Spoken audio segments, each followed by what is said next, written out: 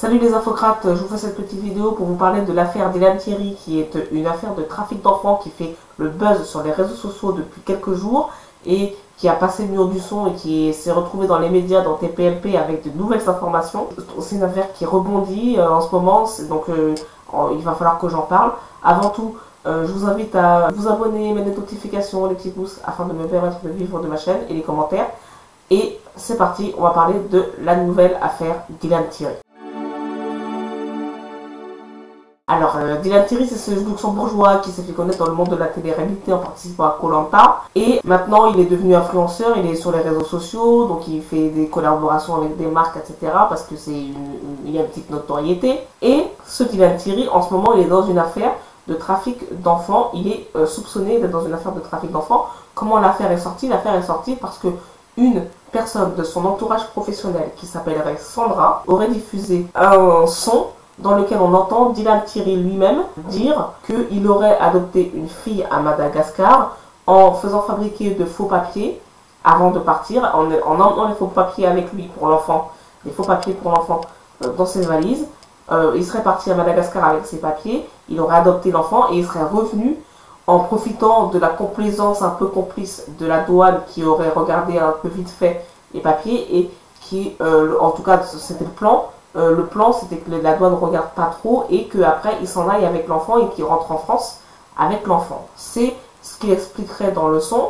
Pour l'instant, il faut confirmation de savoir si c'est vraiment Dylan Thierry qui parle. Dylan Thierry ne nie pas les faits, puisque dans une vidéo, il a dit c'est cette personne qui s'appellerait Sandra, qui est mon agent, celle qui me trouve les marques avec lesquelles je collabore, qui a diffusé le son.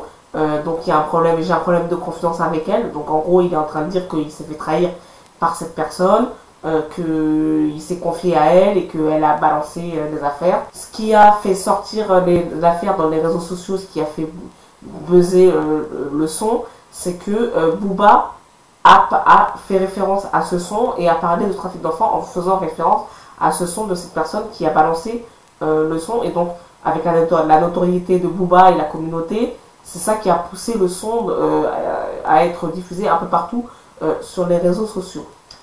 Dylan Thierry s'est défendu en faisant une vidéo, il a répondu à ce son et à la réaction de Booba en disant qu'il s'était fait trahir donc par cette femme, mais il n'a pas nié les faits à ce stade, en tout cas sur internet, dans sa prise de parole publique, dans le domaine public. Ceci étant dit, aucun des faits qui sont énoncés pour l'instant ne sont avérés, ne sont prouvés, puisque c'est pas parce que Dylan Thierry a dit ça que les faits sont vrais, il faut des preuves des faits, parce qu'on ne sait pas le contexte dans lequel il a prononcé ses propos, donc il peut très bien avoir une conversation avant et une conversation après l'extrait qui est diffusé sur les réseaux sociaux, donc on ne sait pas dans quel contexte il a prononcé ces paroles-là, donc là, on ne sait pas quelle est la vérité de cette affaire, la véracité de cette affaire. Donc, pour l'instant, à ce stade, on en est à des accusations de la part de Booba, et un balancement des audios, des sons de la part de sa collaboratrice. Pour l'instant, à ce stade, on en est là de l'affaire. Je ne suis pas en mesure de vous dire s'il y a une enquête qui est ouverte, si quelqu'un a porté plainte ou s'il y a une saisie de la part d'un juge d'instruction ou de la part d'un procureur. Donc, à ce stade, on n'est même pas peut-être au stade de l'enquête policière. Donc, si jamais il doit y avoir une enquête, il faut qu'on attende les résultats de l'enquête. Et si jamais il doit y avoir un procès, il faut qu'on attende le résultat du procès. Ceci étant dit, cette affaire-là, c'est quand même une affaire de plus qui s'ajoute sur le dos de Dylan Thierry, puisque Dylan Thierry, c'est déjà quelqu'un qui s'était fait, qui a eu une image brouillée suite à un bad buzz pour avoir vendu, essayé de vendre des faux produits médicaux contre le cancer, qui n'étaient pas des produits homologués comme des médicaments. Il a aussi une petite polémique sur le fait qu'il s'est converti à l'islam, donc il y a des petits soupçons qui se soit converti à l'islam parce que il s'agirait de capter un public, donc un public plutôt jeune, entre 18 et 25 ans, 15-25 ans, le public de la télé-réalité qui est à majorité une population plutôt jeune, immigrée, issue de l'immigration et de religion plutôt musulmane, issue des quartiers populaires plutôt pauvres, des classes plutôt des basses couches de la société. Et donc on accuse Dylan Thierry d'avoir s'est converti à l'islam dans le but de capter cette communauté là, qui se trouve être la communauté aussi qui est visée par les programmes de télé-réalité. On sait que c'est eux qui regardent ce genre de télé-réalité, de télévision. Donc c'est le public qu'on cherche à capter, mais il n'est pas le seul. Il y a d'autres candidats de télé-réalité récurrents, notamment des femmes, qui, sans être issus de la communauté maghrébine ou de la communauté musulmane, ont des codes de beauté qui ressemblent à ceux des communautés issues de l'immigration, dans le but de se fondre dans la masse et de faire croire qu'elles sont issues de l'immigration, alors que ce n'est pas le cas.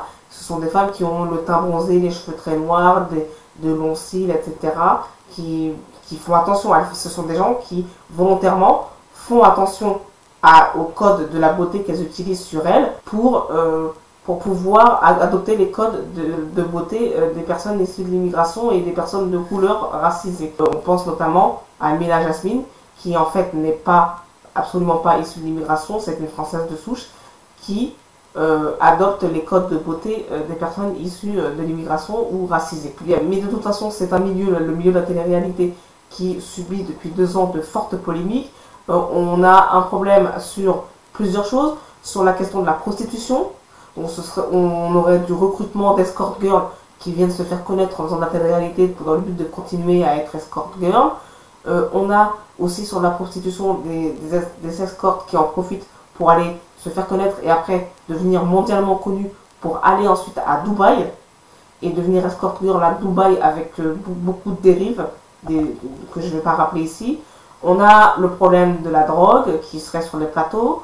On a le problème de l'histoire de la sorcellerie de Carla Moreau qui rebondit. C'est une affaire qui date de plusieurs années, qui rebondit en ce moment parce qu'il y a des nouvelles vidéos d'elle sur les réseaux sociaux en train de vouloir faire de la sorcellerie sur un homme elle demande à ce qu'il soit attiré uniquement par elle et pas par quelqu'un d'autre. Donc voilà, il y a beaucoup d'affaires qui grattent. Il y a des affaires d'agression sexuelle, des affaires de viol, des affaires de harcèlement entre candidats, des affaires, beaucoup d'affaires qui sortent, qui sont en fait un peu délétères, des affaires de viol sur mineurs peut-être.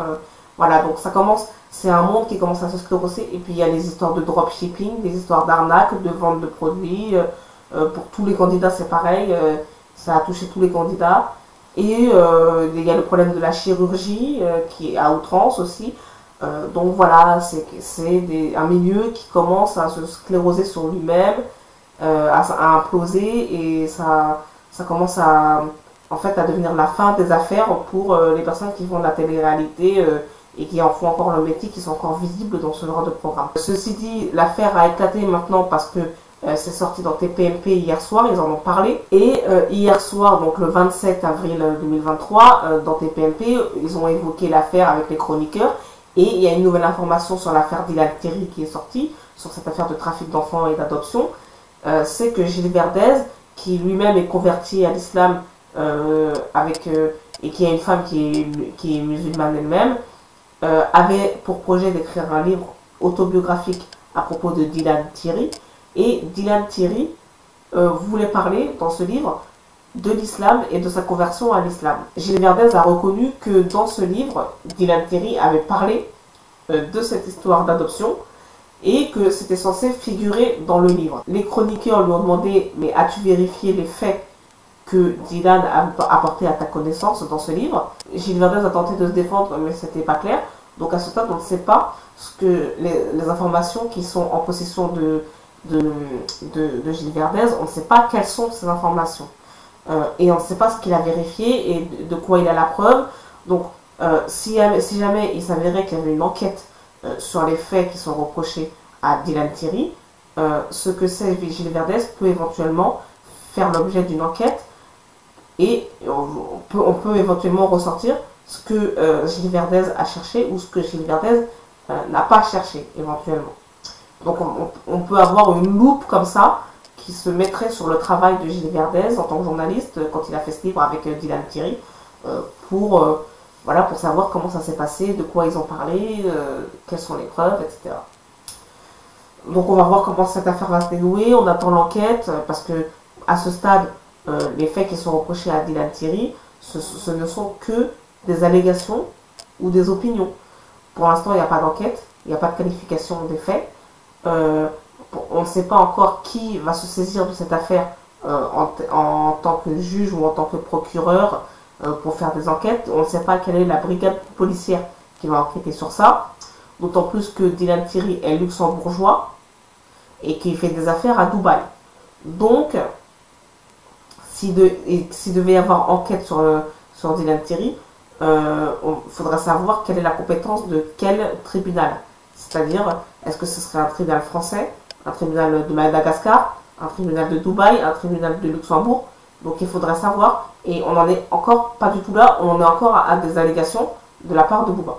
Donc on va voir où est-ce que ça va nous mener, mais c'est vrai qu'il y a une accumulation de choses graves dans ce milieu qui ça sclérose le milieu de la télé-réalité qui est en train de décliner sur une fin de parcours qui fait un peu peur, quoi. Le visage de la télé-réalité en France fait un peu peur.